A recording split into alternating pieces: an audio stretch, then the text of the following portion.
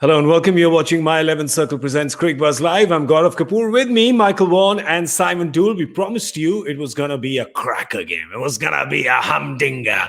Okay, I'm overselling it a bit. I am. Didn't turn out to be that much of it. It turned out to be a lot more Mumbai than it was Bangalore. And then Mumbai, of course, getting there. And eventually getting there without too many hiccups. You may look at that 5 down and say, wait, what you talking about?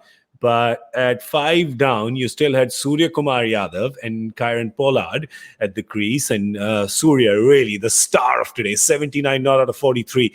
And for other Bangalore bowlers, not a very happy day. And that doesn't happen very often, that Chahal gets carted around the field, but that happened. He did pick up the 2 wickets, but it's just this batting lineup, Dooley. It just goes on and on, doesn't it? Somebody or the other just stands up and gets counted. Yeah, and they've got the power to take the pressure off whoever's out there, and I think that's the key. Whether it be whoever's coming in at 5, 6, or 7, whether it be Krunal Hardik or Kieron Pollard, they have the power and the ability to just help whoever's at the other end, as long as they've got one of that top 3, 4 that are prepared to bat through the innings like Suryakumar Yadav did today, although he was scoring at such a rate anyway, making it look easy. But they just have that ability to change a game in no time with a 15, 18, 20 run over. And that's such a key to this Mumbai side, and it has been for quite a long time now.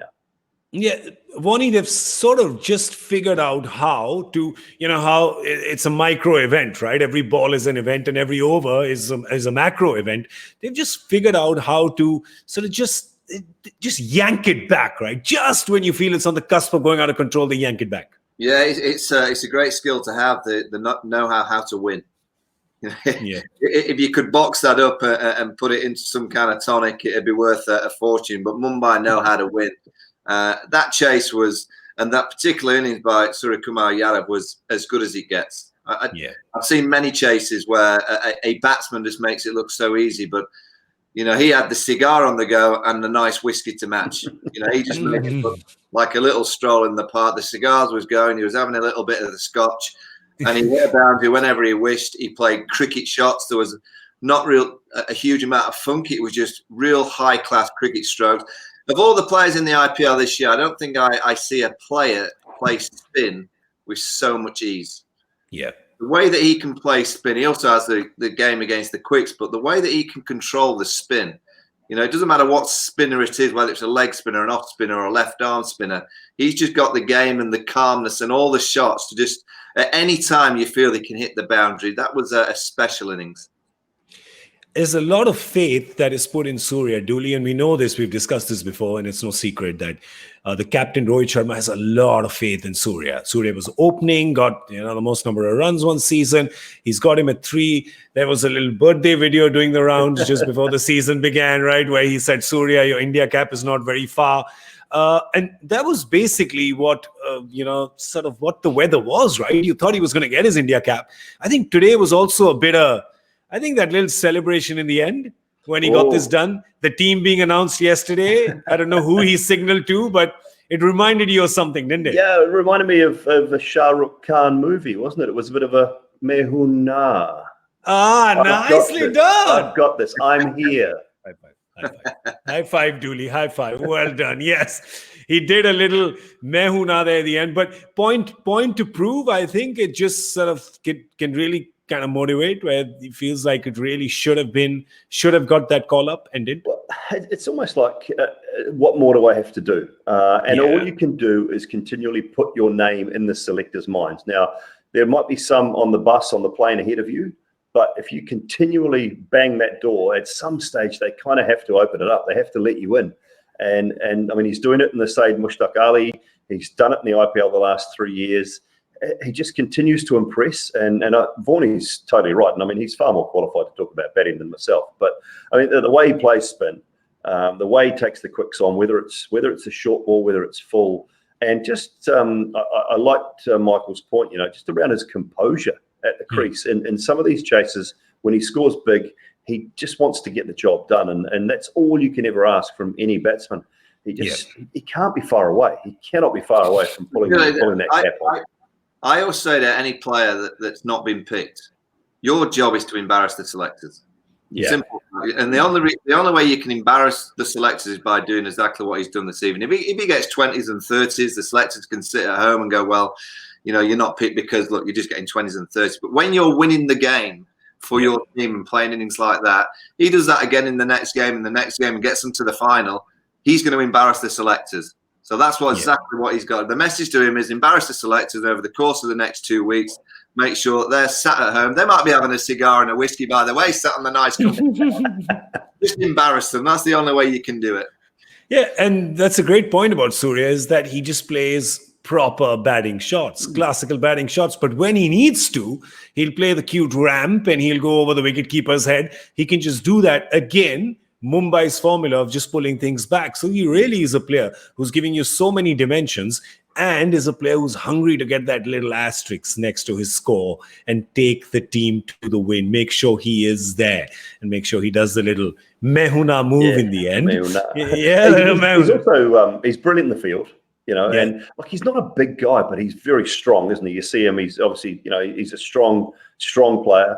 And he's got, as I said, he's just got all the shots in the book. You can't fault what he does. You can't fault the numbers that he's got in the last 2-3 years. And there's some very, very good players. Don't get me wrong. In India, there's some very good players on that plane going to Australia. But they've got to be good to be keeping this bloke out of the team. I'm going to give young Indian batsmen a tip. Make sure you can bowl as well. Yeah. Make sure you can offer. I'm being serious, because make sure you can. Another alternative, because if Yadav could just bowl a few overs, he probably would get into the side. There's not enough of the Indian young players that are coming through who can bat brilliantly. Just offer your captain something, whether it's a little bit of seam, a bit of spin. Just offer something. You'll get in the team if you can. Yeah, you've got such a valid point, because there was an era with India where pretty much all your top 6 batsmen could bowl. There was Sachin and Viru and Suresh Raina and Yuvraj and Saurav. And it just went to this Indian team where none of your top 6 can bowl sometimes. And it's spot on. I mean, it's a great point, isn't it? I mean, even Rohit, to his, in all fairness, he bowled a bit of filthy off spin, but Murali Vijay, same thing. I mean, they had options. If he had to throw the ball to Viru for 5 or 6 overs until the new ball came along, he could do a job for you. And I'm looking around, thinking about these guys, and Shubman Gill, Shreyas Iyer, Shikhar. I mean, although he's not young, but none of these guys offer you anything with the ball. So Prithvi, nobody. They're fully judged on their batting only. Dooley, do you know the reason why? They earn too much money batting. That's a good point. And nobody wants to be a bowler. Make it rain. It is, but you're right. Most of the endorsements are the batsmen. Correct. Right? See Warnie smiling. Yeah, Dooley. You see Warnie smiling. In Indian cricket, look, you're on a different planet in terms of endorsements. Every player has endorsements. Only a small few in most parts around the world. But if you're a young Indian player now, just go and bowl. Just make sure you can bowl something. You've got a great opportunity.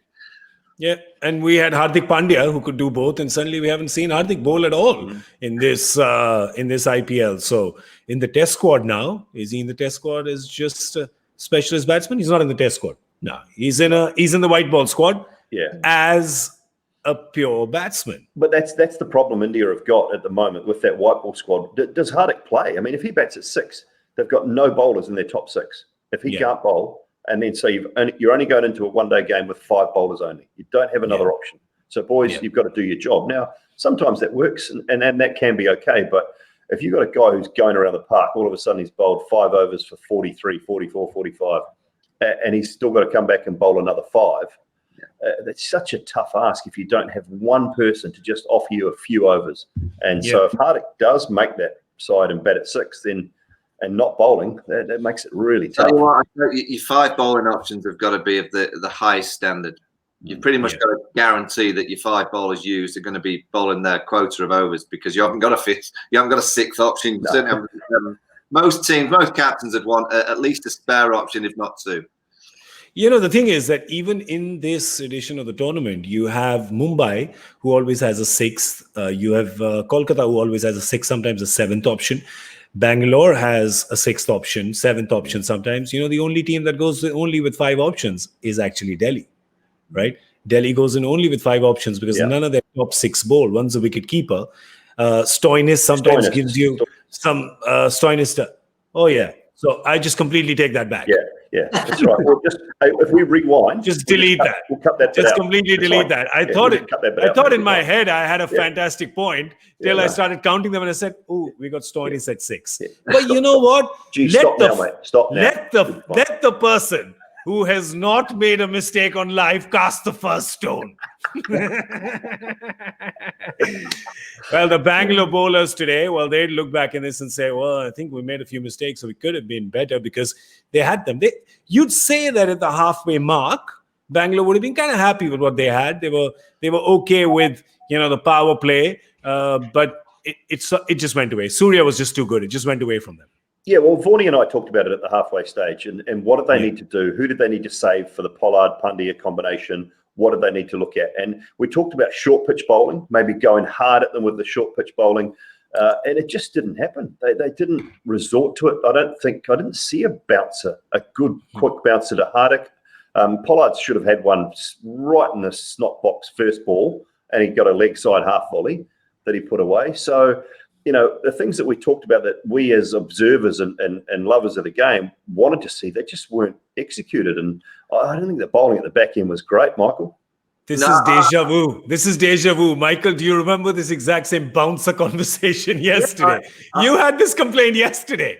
It's the one ball that if you can bowl over 140, just ask the batsman a question with a bouncer or two, because for one, of course, the top edge could go over the keeper's head. You could get unfortunate, but boundaries square at Abu Dhabi are quite large. You've got a chance at the top edge. You've got a chance of it kind of fizzing past the ear and getting a dot ball. You're asking, particularly a new batsman, Hardik Pandya, come out there. How did he get off the mark? Leg stump half volley from Chris Morris into the stands for 6. Kieran Pollard's first ball, what is it? A leg stump half volley, flicks it past square leg for 4. I mean, at least get them going through here on 1 or 2 occasions. I just think sometimes the bowlers, it's very similar, Dooley, to me, when they sometimes err away from the Yorkers because they're not kind of consistent and good enough to bowl them regularly. They kind of go to all these slow balls.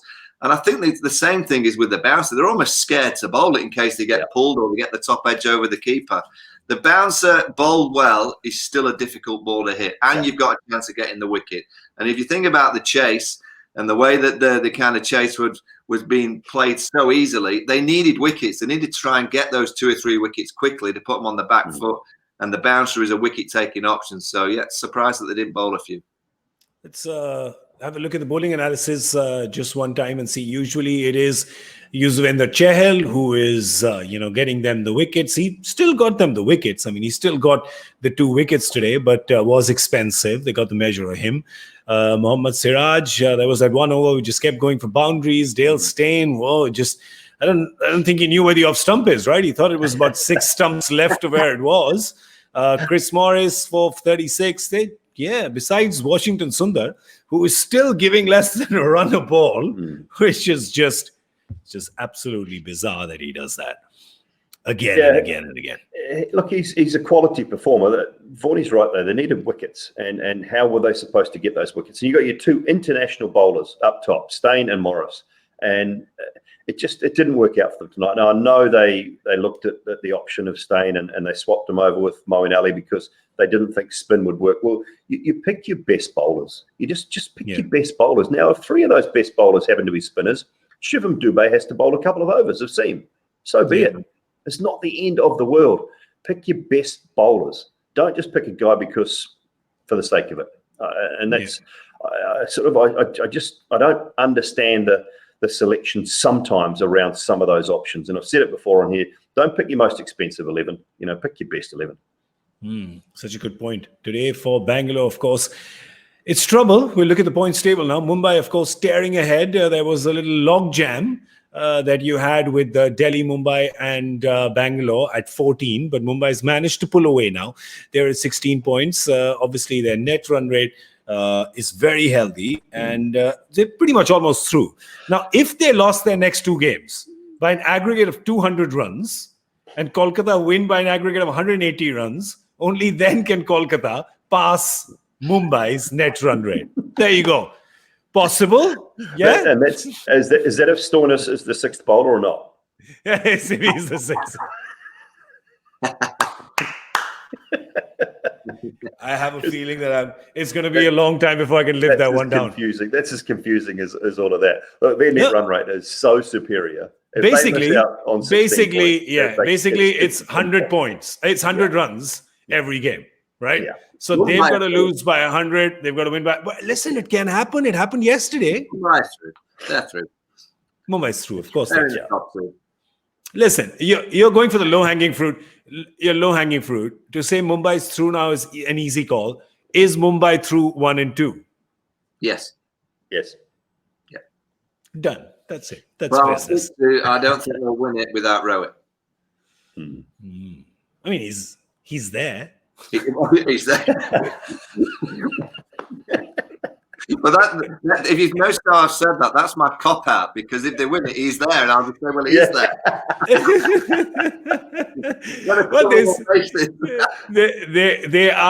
There are murmurs. I'll tell you that, little birdies. Apparently, that he's meant to be back on the 3rd for their last league game. So they're saying that he will be back for that. What's wrong with him?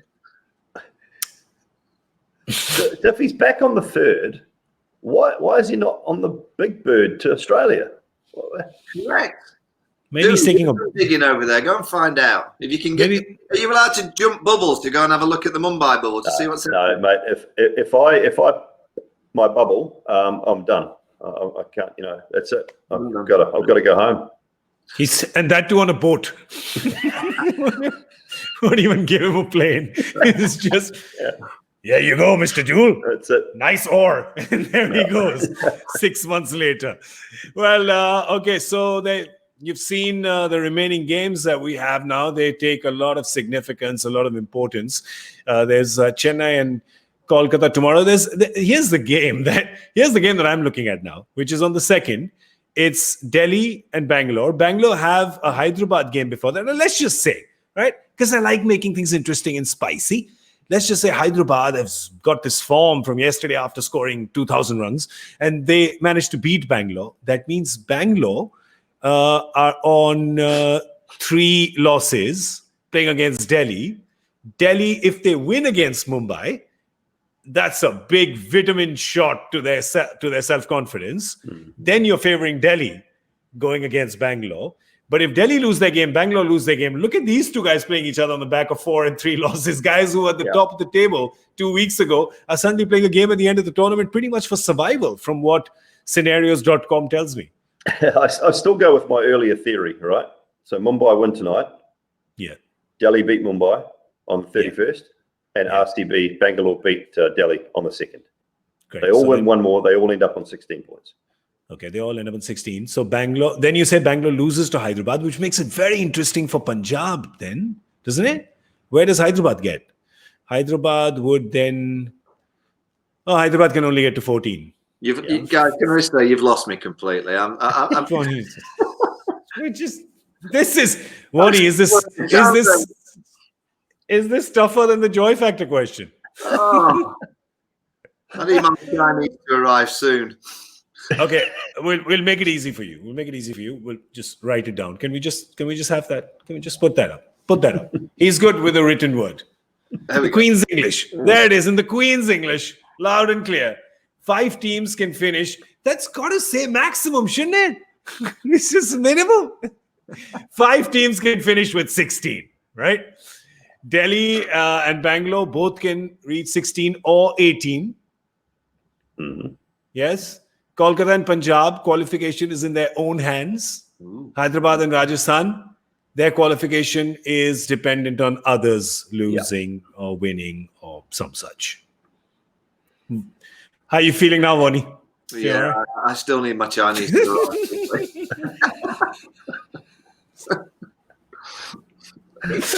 Yeah, well, you know what? We'll just take it one day at a time. Mm-hmm. This is today's game. We'll talk about tomorrow, then again and again. And the next thing you know, we're going to be on the 3rd of November and Bub's your uncle.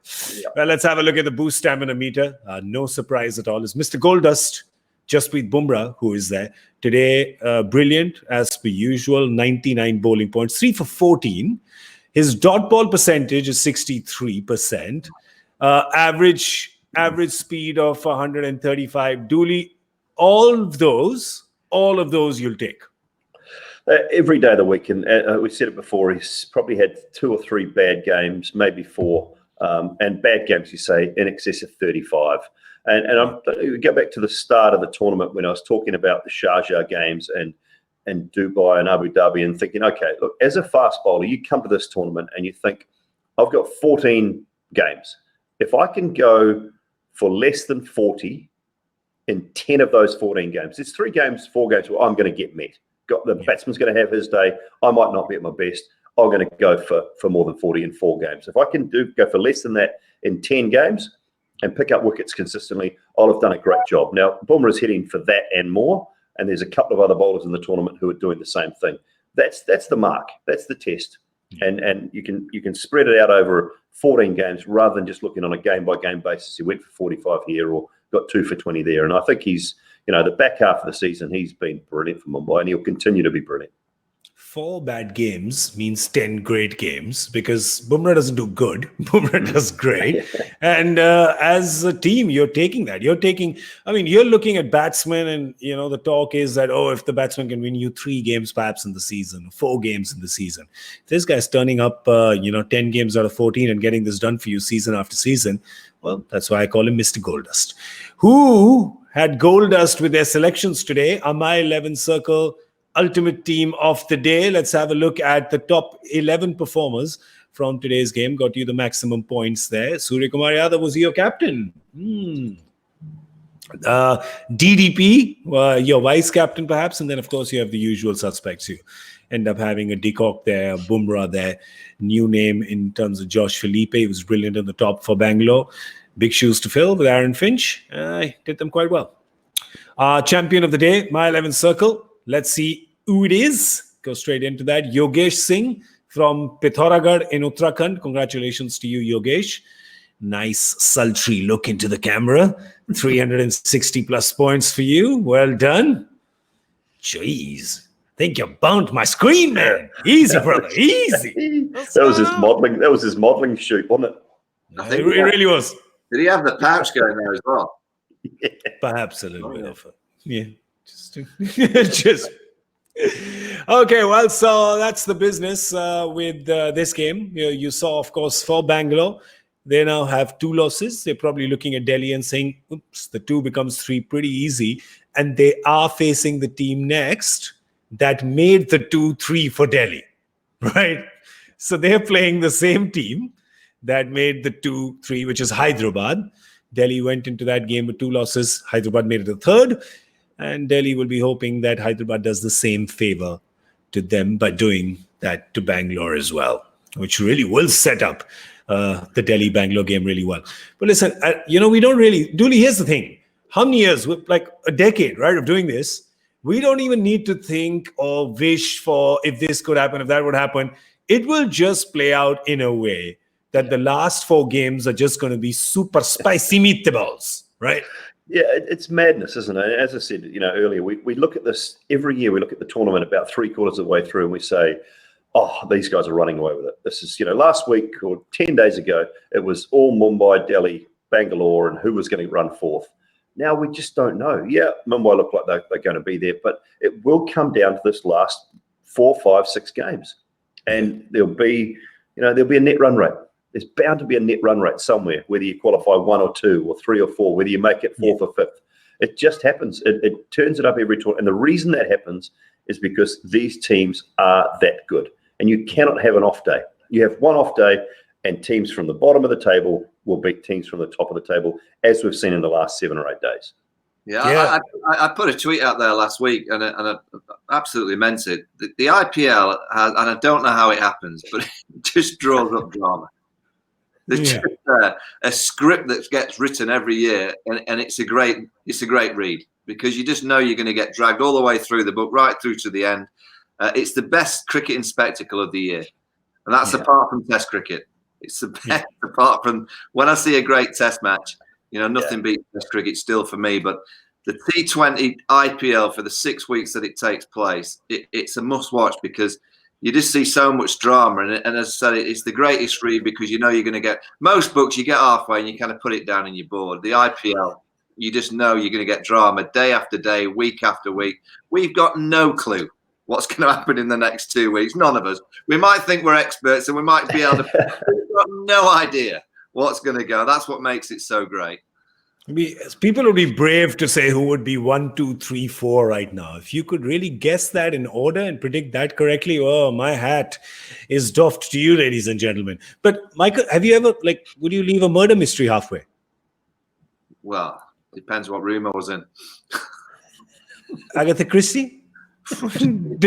Depends whose murder you said, did you? Yes. Depends who was getting killed. Okay, let's focus on the game tomorrow. Who's going to get killed by who tomorrow? Ooh, because Chennai going to plunge the dagger in to the hopes of Kolkata. Are they going to stab them while they're running? Oh, it's going to be interesting. It's match number 49 in Dubai. I don't think I need to add that much drama to it, but I just I like the drama. Plunge a knife. Because Chennai did that to Bangalore, didn't they, Dooley? They were just not so fast. Yeah, they found a way there, didn't they? And I look at this Kolkata team and they just stumble. They stumble. I don't know that they've got their combinations right. They just haven't found a recipe, and they continually play with that batting order, tinker with it, and then they get a good partnership the other night with Owen Morgan. And then they lose a wicket, and then they're all out again. They stutter, they stumble, they haven't got the combination right. And it was a side that on paper, I thought at the start of the season, had probably 12 very, very good players. And if they got their combo right, they could have been contenders, but they have not. Morgan at 4, right, Michael? I totally agree with Dooley. I fancied them at the start of the. Yeah, we all did. And they may still do. I think Narayan coming back, obviously his action was an issue. He's now back, so that obviously is a big play for them. Andre Russell looks like he's going to come back into the side as well. Morgan's just got to push himself up. He's the one player, I reckon. But in whose place? In whose place? My question for you is Russell for who? Let's have a look at if you have a look at their team and we look at their squad, are you then replacing, because you can't replace the captain, right? You can't replace Narayan.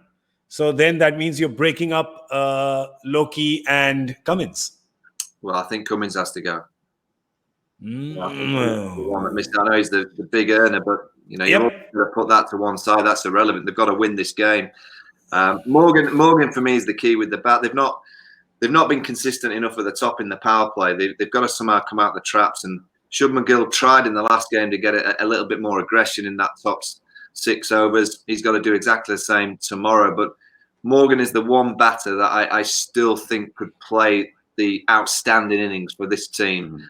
When you start an IPL season and halfway through you change the captain, it never looks quite right. There's obviously a few issues there, and it's very rare that a team then goes on to be very successful. It may come next year if Morgan's given the captaincy, so he gives himself a bit more time to kind of gel his team more so. But Dooley's absolutely spot on. They're like a mismatch. It's like a puzzle that's not quite. They've got all the pieces, but they're not quite sure where they're going to go. It's not a jigsaw puzzle that you look at the end of it, go, it doesn't look right. It's just a little bit out of place. But here's the thing. It seems like this should be a 18, 20 piece puzzle, but they're treating it like it's a 1,000-piece puzzle. Yeah, exactly. And we've got a few pieces as well, so it's never going to come. There's a couple of pieces missing. It's a few. Yeah. But would that happen? Would that happen? What Warnie just said, would that happen? Would they drop Cummins? Well, again, it's not going to happen. It comes down to sensible selections. If they need to get Andre Russell back in, then again, don't pick your most expensive 11 for the sake of it. Just because you paid $2 million for the bloke, if he's not performing, he picked up 2 wickets in the first 8 games. 2 wickets. Now, yes, he got a 50. He's not there to get runs. He's not there to win your games with the bat. If it happens, if he gets 20 off 8 balls and wins you a game, so be it. But his job is to get wickets. That's what he was bought for, and he couldn't do it. And he hasn't really done it consistently. So Lockie Ferguson has done that from the first game he came in. Could they keep him and drop Cummins? Absolutely. It just means that Ferguson probably takes the new ball instead of Cummins if he's not there. Remember that Russell actually bowled quite well, although he's only got 90-something runs and 8 bats. He actually bowled quite well for them, bowled some crucial overs at the back end. So if he's fit and ready to go, he's got to come back in and play, and then they figure it out from there. But just get that top 4 sorted out. Morgan's got to bat 4, and I don't really care who bats in front of him, whether Tripathi is at the top with Shubman Gill, whether Nitish Rana is at the top with Shubman Gill. Doesn't bother me so much. Dinesh Karthik needs to bat at 6, Russell at 5, and Morgan at 4. And they haven't. I don't think they've had that once in the tournament. That is the correct middle order. Morgan 4, Russell 5, Karthik 6. That's your order. Do it, and you might get some success. Yeah, but you said Loki Ferguson with the new ball. It's in his contract, right? That he doesn't bowl in the power play, isn't it? Possibly. I'm just being cheeky. But yes, it is. Michael Harsha had a very good point the other day, and I remember he said it on this show. He said that for some strange reason, Kolkata wants to put out a fire rather than prevent one. And that's what it looks like with Morgan at 6.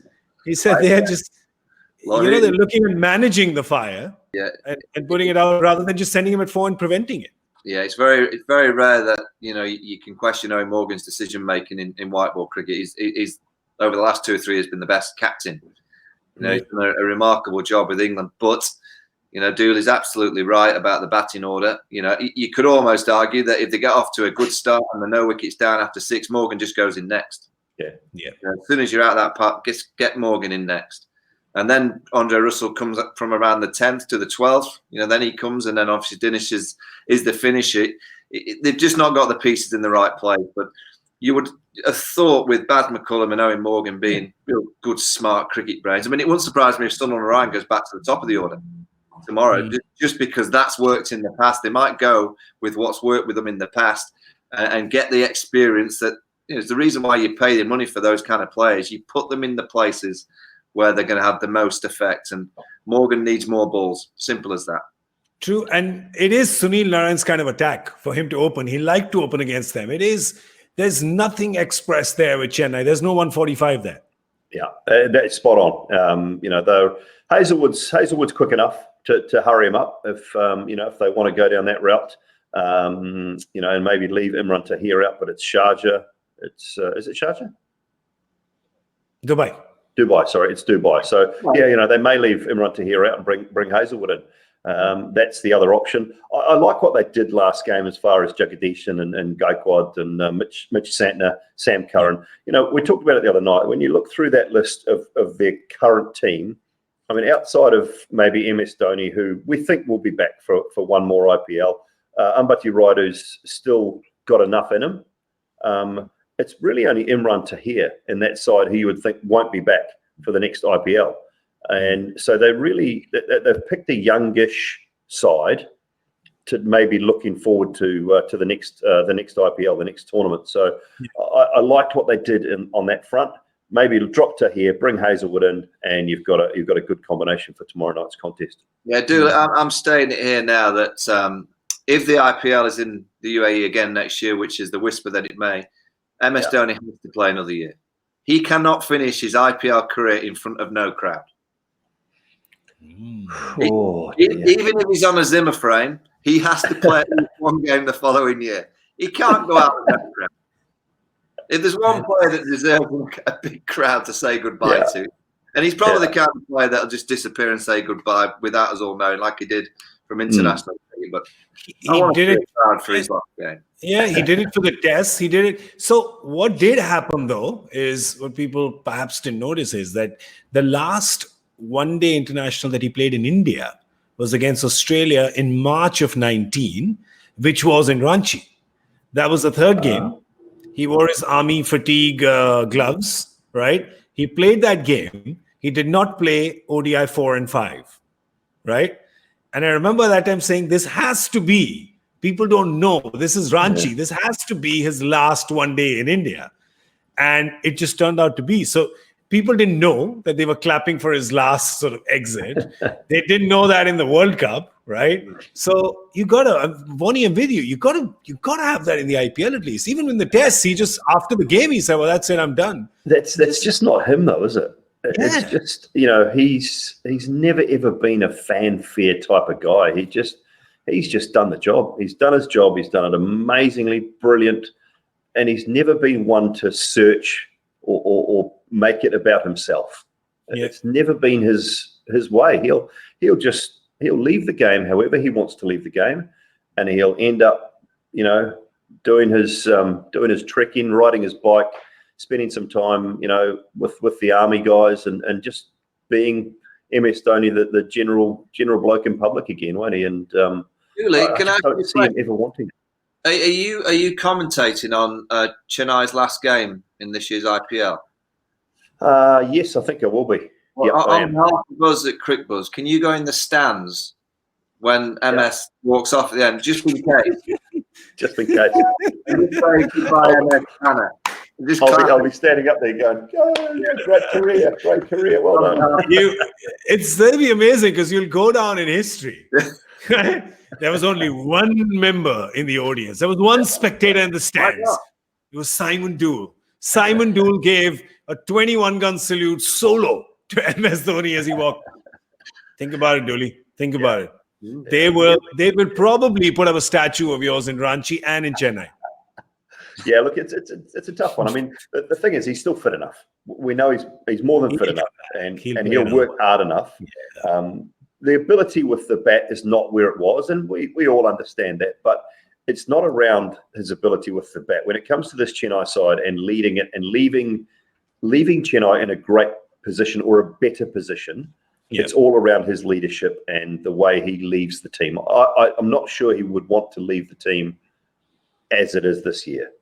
So you're probably right in that he will want to be back in the helm for at least one more tournament, one more IPL, and hopefully leave the team in a better place. And just with all their ducks in a row so that they can move forward without him. They've had a few ducks in a row this year. I'm just buying extra cheeky. Yes, I am. But yes, we'll see. MS Dhoni, perhaps. Listen, if it's not next year, Vonnie, I want to ask you, with this pandemic, we don't know what's going on. Maybe he says, all right, I'll play till 2022. And the pandemic's still around, right? And it's just MS Dhoni racing against the pandemic, going, I need one game with people. The year is 2035. MS Dhoni is 55 years old. All right. So apparently, I'm being told by my director in my ear that I apparently won my 11th Circle Badge of Honor for the second innings because I said 47 and it turned out to be 45. But what did you say, Michael? What did you say? 52. You said 50. All right. So I am closer. All right. So I'm closer. All right. I'll take it. I humbly accept. Thank you so much. What I will not take is you sleeping confused with not knowing the answer to the joy factor question. I shall not have that. No, sir. I shall show you the question and then quickly the answer. Maybe just show the answer. No, show the question. Just get confused all over again. Who or what connects a podcast on the outbreak of the COVID-19 with a musician whose real name is Nicodemus Seketa Magashoa with a 6-wicket haul in a junior World Cup match? I haven't the foggiest. The answer is... Jeez, this better be good. Kagiso Rabada recently co-hosted a blog named Viral Wellness, is producing house music with DJ Da Capo, and took 6 wickets against Australia in the 2014 Under-19 World Cup series. Is there anything you can't do? Yeah. That is insane. Now, am I right? Am I right in thinking that Kagiso Rabada's dad is a top surgeon? I think, and I'm not sure. Go with it. Just go with it. I can tell you something about that. Kagiso Rabada's dad, he's a surgeon. Yeah. Did you just ask the question and give the answer again? Well, Vorney just said to go with it. Vorney just said to run with it.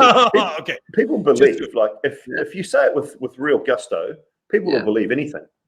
It's very similar to if you say that a team's got 6 bowlers and you say it with confidence. But they believe they've got 6 bowlers. But then you called me out of it. You called me out on it. You didn't go with it. You should have gone with it. You just made me look bad. Hey, but I'll tell you something. His father's a brain surgeon. Seriously? It's true. It's a true story. I Googled it. I'm not making this up. You can look it up. His father's a brain surgeon. His father has. Now I was going to lie, but I won't. It's way too late, so I won't do it. We'll just tell you who the winner is of the Joy Factor question before we start riffing well past midnight. It is boys played well. Hashtag my answer same. This looks, by the way, I just want to say this completely looks like a made-up handle. Nobody got this. This is Joy's other Twitter handle, right? And Vani, I'm sure you know, boys played well is the whole riff on Mohammad Azharuddin, right? Azhar with the whole boys played well, and pretty much, and all the Pakistani captains through the 90s and the 2000s, boys played well, boys played well. So yes, I don't know how many boys played well, but this particular one, I'm thinking is a boy, could be a girl as well. My answer is congratulations, you got this right. I have no idea how you knew this. But good on you. Well done. You have a silent applause. Well, that's business for today. Closing hours. We're done now. We're done and dusted. We're done. It's time to go. Tomorrow's game. Michael, are you here with us tomorrow? No, it's the day out. It's my birthday tomorrow, so I'm off. Oh, happy birthday. Yeah, 40 tomorrow. Happy birthday for tomorrow. Did you just say 45? Well, I said 40, but you're closer. So we are just totally going with making things up and running with them now, right? That's all right. Happy 32nd, Michael. Happy 32nd. Yeah. It's just a number. It's just a number. You're the same age as Shahid Afridi. Well done. Yeah. I wish. Yeah. You look younger than Shahid, so you can pull it off. You can pull it off. Thank you so much, gentlemen. Thank you for a fun evening, as per usual. That was Simon Doull from the UAE, from Dubai. That's it for me too, boys. That's my last show. So thanks very much to all the Cricbuzz faithful. And I'm done. I've just got work, and then all the finals. So I can't make it back, sadly, for another Cricbuzz live. So that's my lot done for the tournament. And thank you very much. I know. You're too busy. It's been great. No problem. It's just busy on comms every day. That's the problem, right? Too busy. I know. Too busy. But you're a shining star, Simon. I mean, we're going to miss you. We're going to miss having you around, Dooley. Come on. We're going to miss you guys too, mate. Yeah, I know that this year has been upsetting for you because I haven't provided any risotto for you. Yeah. But I promise that as soon as this pandemic is done and dusted, I owe you 3 risottos and also owe you a jacket. It's a long story. A jacket and 3 risottos. I'm coming to collect too, mate. Your jacket and 3 risottos. If they give you an oar, I'll pick you up. I'll pick you up from Nariman Point. It is a good pit stop before you head all the way down to New Zealand. Excellent. So a big thank you to Simon Doull and, of course, to Michael Vaughan. Thank you so much, Dooley. As usual, it's been a pleasure having you on Cricbuzz Live, and we hope to see you again soon. Yeah. Cheers, boys. Thank you. And I'm Gaurav Kapur, and you were watching My 11th Circle Presents Cricbuzz Live. We will be here with you 7 p.m. Indian Standard Time, whichever part of the world you're in. Well, you know the time already. You don't have to set your clocks anymore. Good night.